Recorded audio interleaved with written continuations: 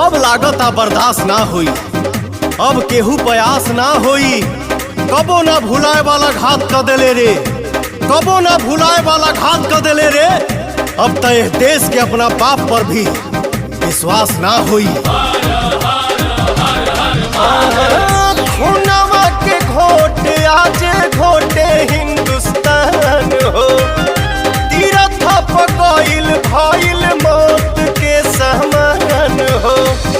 दिल चैलेंज तोहके घर के बुदाइया, दिल चैलेंज तोहके घर के बुदाइया। कंवरियन के काट दिहले धके कसैया, कंवरियन के काट दिहले धके